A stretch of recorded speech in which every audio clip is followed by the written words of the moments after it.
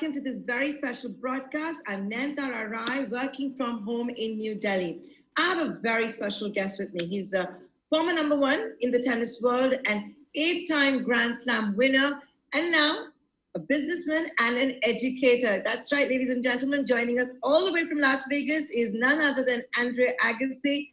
Andre Agassi, thank you so much for talking to us here in India. You've agreed to give us this interview because you want to talk about education, which you so famously now say is what gives hope. Education gives hope. And what I found really fascinating is that when you were all of 23, you decided this is how you wanted to spend nearly, 2/3 of your life. Tell us about this part of your journey in your life. Yeah, well, thank you for having me. It's great to be here. And, for me, education was something I never had the privilege of. And as a result, tennis was my only choice. And even though I got the number one in the world, I struggled a lot personally with my disconnect. So when I started to realize that other children who don't sort of have choice in their life really find themselves in desperate situations, I decided to build my own philanthropic school in a very poor neighborhood of Las Vegas, where I live. And through this, I learned so much about just what education can offer a child's life. And I figured out a way through the private sector to actually expand this across the United States for the best-in-class charter school operators. And then funny enough, now with Square Panda, I was ahead of the curve on this too about 4 years ago, starting this company that says we need to figure out a way at home and online for these children to kind of make up for some of the biggest issues we see, not just in America, but across the world, which is literacy and also English second language learning, because we have this issue here. So my journey has always been about to try to impact more and more children, which is what took me to your beautiful country and what has about 100 employees now in our headquarters in Mumbai. Square Panda, which is teaching children from the age of 2 to 8. They have an app as well. What appealed to you about Square Panda? Well, I'll tell you what appealed to me about it is in tennis, as an example, it's about problem solving. And what I recognize so clearly with Square Panda is that we have the studies, we have the neuroscience, we have the ability to individually teach a child and meet a child exactly where they are on their roadmap to learning English. And so now all of a sudden you start to realize this isn't a information issue. This isn't an ability issue. This is a distribution issue, right? It's like having food, but not knowing how to get the food to the people that are starving. So this is what really excited me, was that we could come up with a distribution vehicle that could individually meet children where they are in their English language learning and work specifically with the topography of their brain to help them learn at such an incredible rate of speed that the results have been incredibly impressive. And so when I tried these in my schools and I saw the efficacy of what it does, it then became about scale. How do we scale this? Where do we want to scale it? Who needs it the most? And English is such an important tool for success in our cultures. We need to learn, we need to grow, and we need to do it as early as possible. So this was what really excited me. And where do you see Square Panda headed? It's the largest office, like we just said, outside of the United States. What's yours and Andy Butler's vision when it comes to Square Panda? Well, thanks for asking. Square Panda, to be specific, is an entire ecosystem. It's an ecosystem of fun, engaged game playing that has the neuroscience teachings behind it that lead your child individually through their process of learning without having to have the oversight and the governance even. And then inside this ecosystem is what we have called Square Tales, which is a swipe to read. So for example, if you have a word like cat, the child at 3 years old, at 4 years old can put their finger on it and they can drag their finger and it will pronounce k, a, t. And then if they swipe it fast, it's like cat. So we're starting to see that these children can read within, a very short period of time. And as far as the vision for the company, this is where we're starting in India with this Square Tales, but it will grow to the entire ecosystem. We fully expect to be throughout your wonderful country in the next couple of years, and then we're also in Beijing, and then we would have hopes for many other countries, Indonesia, others, that Africa, that sort of has some similar but different challenges. And how did you get? What sealed the deal for you when it came to Square Panda? The founder Andy Butler was telling me you were supposed to have a 30-minute long meeting, but it ended up being 2.5 hours the first time. Who did it for you? Well, it's funny because Andy likes to, I call it a cold call. He just cold called me, but he likes to call it a very warm call because he knew my experience in education, and he knew that, my heart would be wrapped around, the hopes for what this can do. So the first thing I did was, obviously, I tried to understand it in its conception, and it has changed, mind you. I mean, Andy is a founder of something very special, but it's almost unrecognizable, the journey we've traveled with it.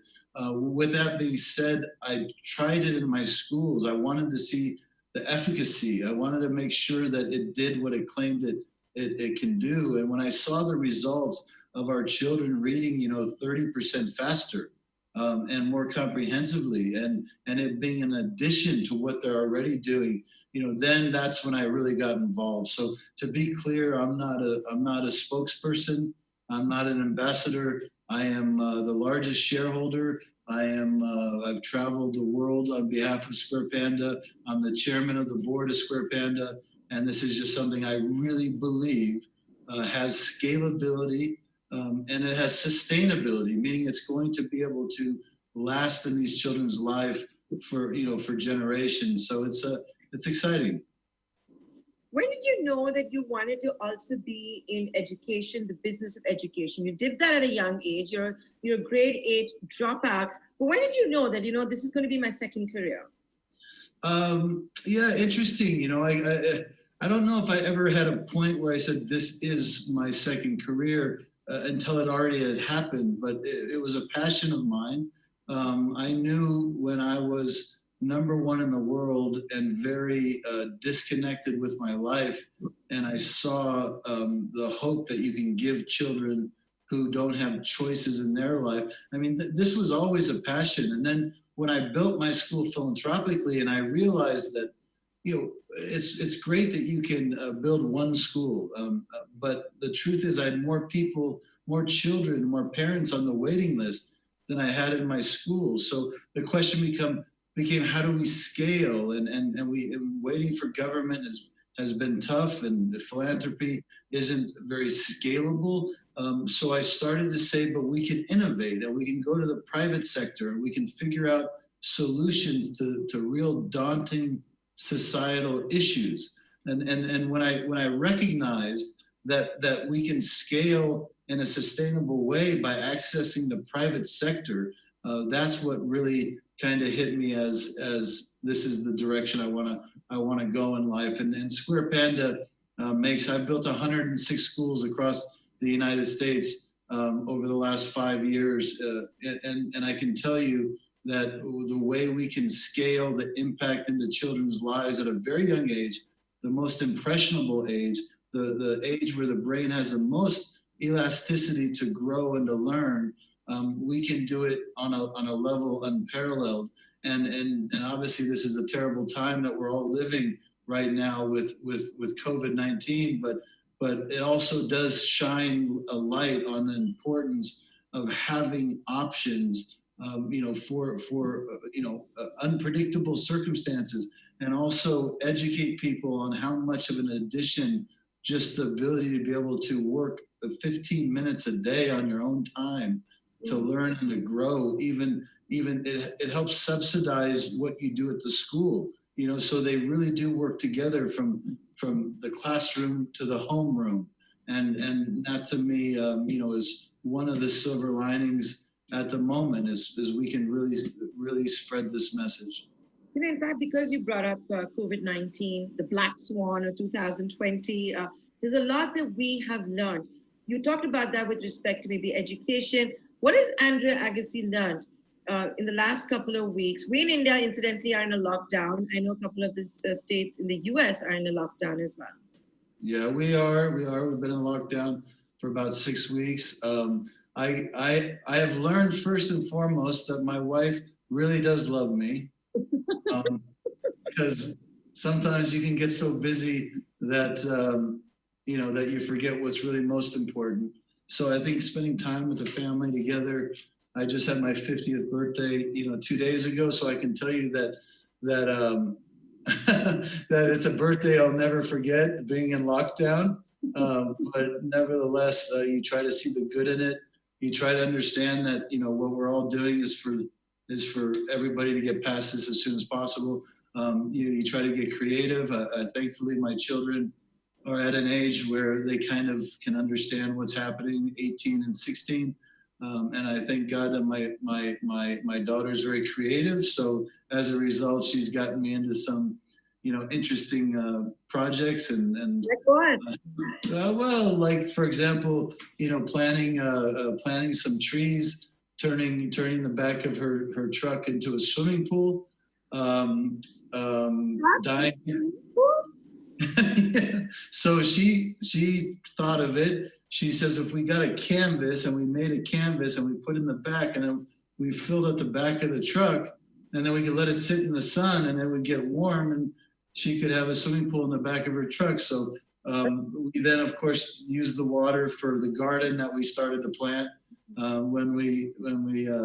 so she had it all figured out. We're going to put the water in and then we're going to use the water to make some trees grow that we get to enjoy together. So, we just day by day, we just figure it out.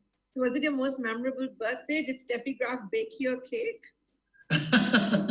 No cake, but a beautiful gift. She got a camper for us to go, quietly as a family with proper distance, socializing, distance separation between where we were, and we spent 2 days just kind of together in a camper in nature. So it was kind of it was fun.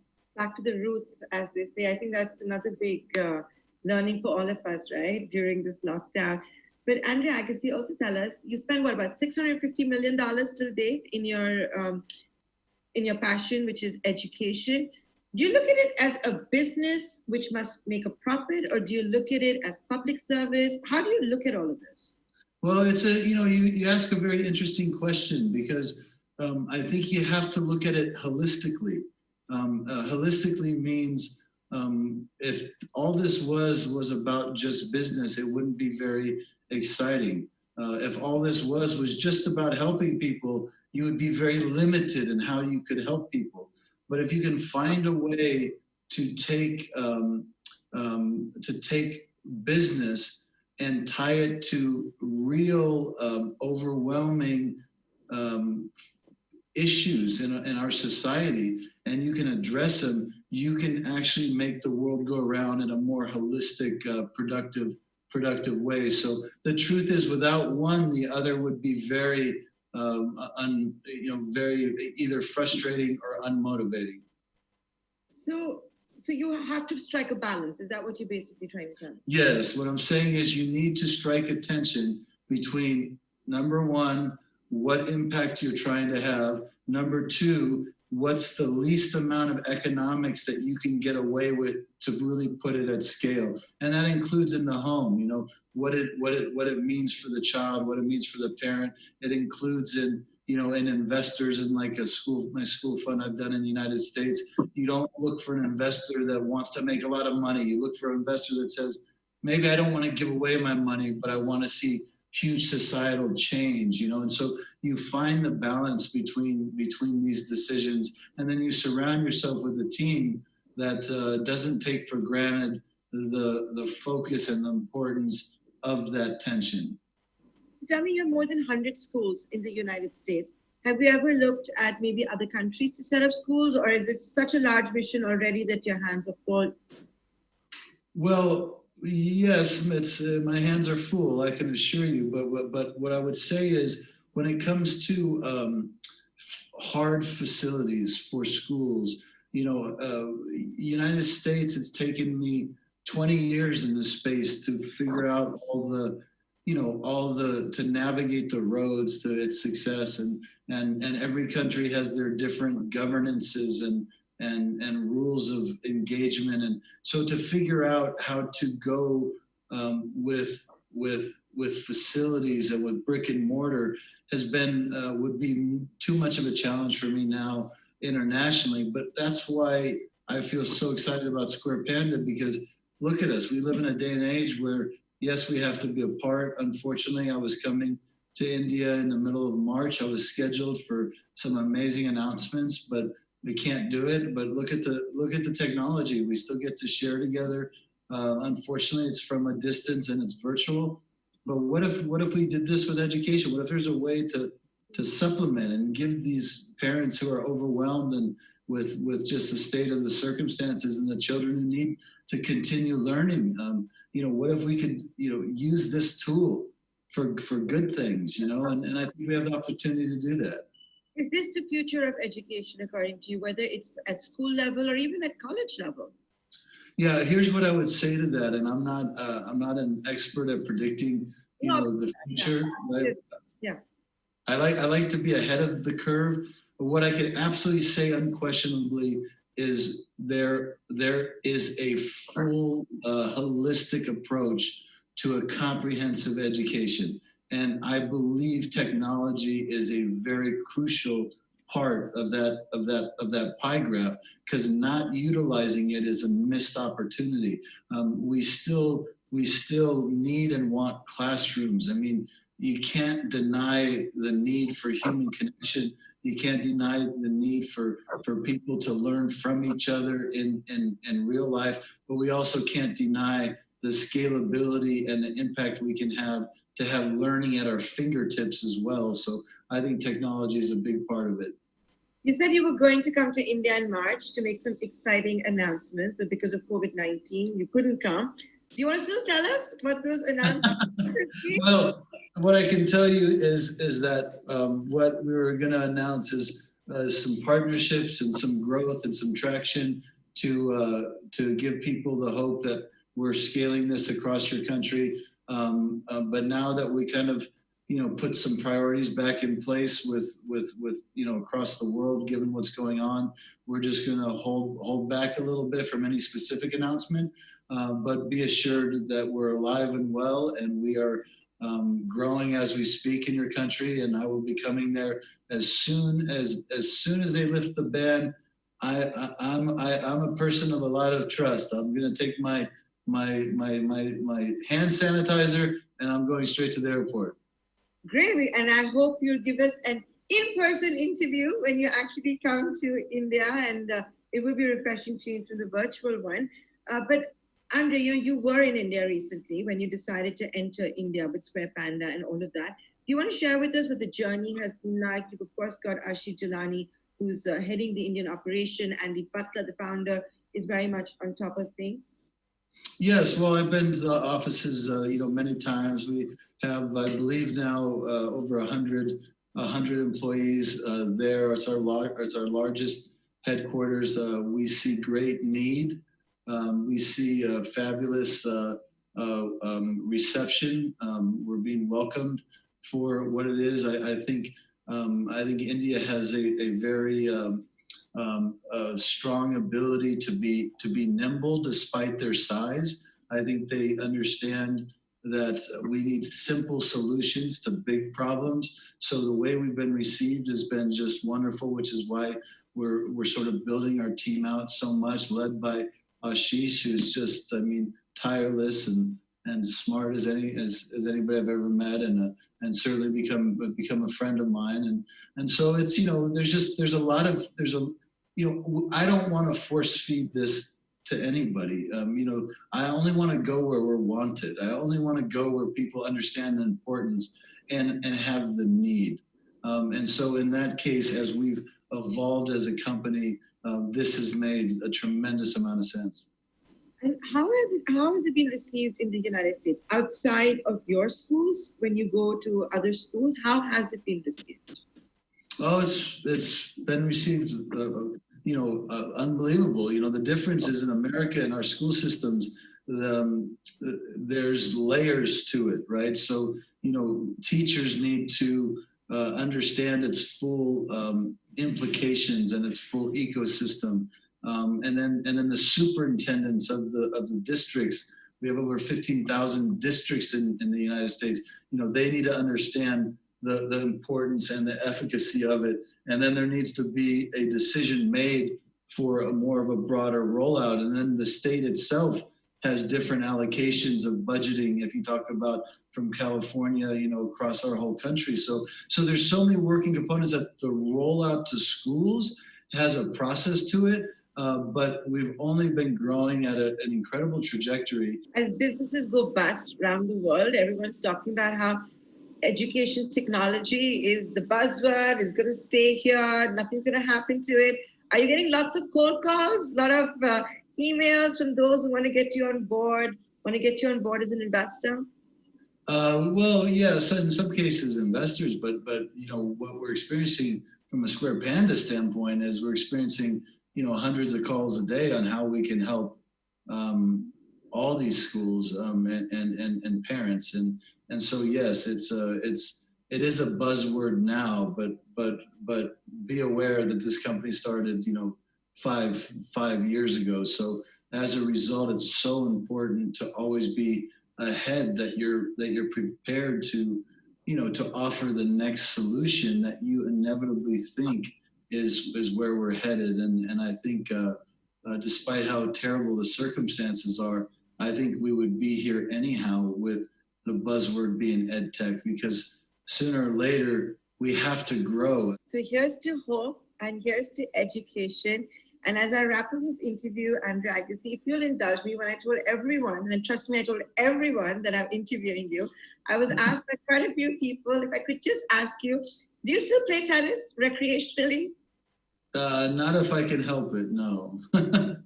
Sometimes I'll do some charity tennis lessons, but no, it's an old life, and I can do it too well, so I always regret it physically the next day. And if I ask you who your all-time favorite tennis player is, are you going to say Steffi Graf, or is it someone else? Oh, okay. How can it be anybody else? What do you mean? It's your second favorite. Well, you know, it's not about favorite for me. You know, I appreciate the sport on so many levels that watching, you know, players play it differently and uniquely, and maximizing what it is they bring to the table. I mean, that's what I enjoy about the game, and I think everybody has a very special part of their game to appreciate. So for me, it's not about a favorite. I mean, I love the work ethic of Nadal. I love how he's tireless emotionally. I love how easy Federer makes it look. I love watching Djokovic defend and play the game so inside himself. And, you know, and I love watching all sorts of other talents, Monfils and all the people that kind of bring so much excitement to the game. So it's not about favorite. It's about appreciating, you know, the nuance of what everybody does. And are you and Pete Sampras still in touch? That was the other question, because when we were growing up, it was between the two of you. Yeah, Pete, you know, I say in my book, you know, well, I would have won a lot more if it wasn't for him.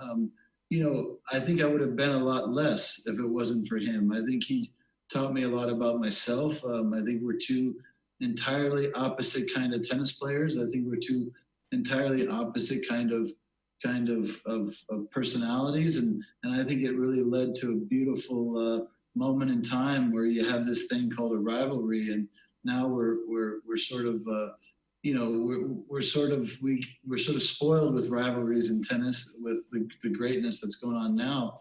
But it was so much fun to be a part of it. And with that, Andrew Agassi, thank you so much for giving us this experience. Well, it's such a pleasure, and I hope to see you in person soon.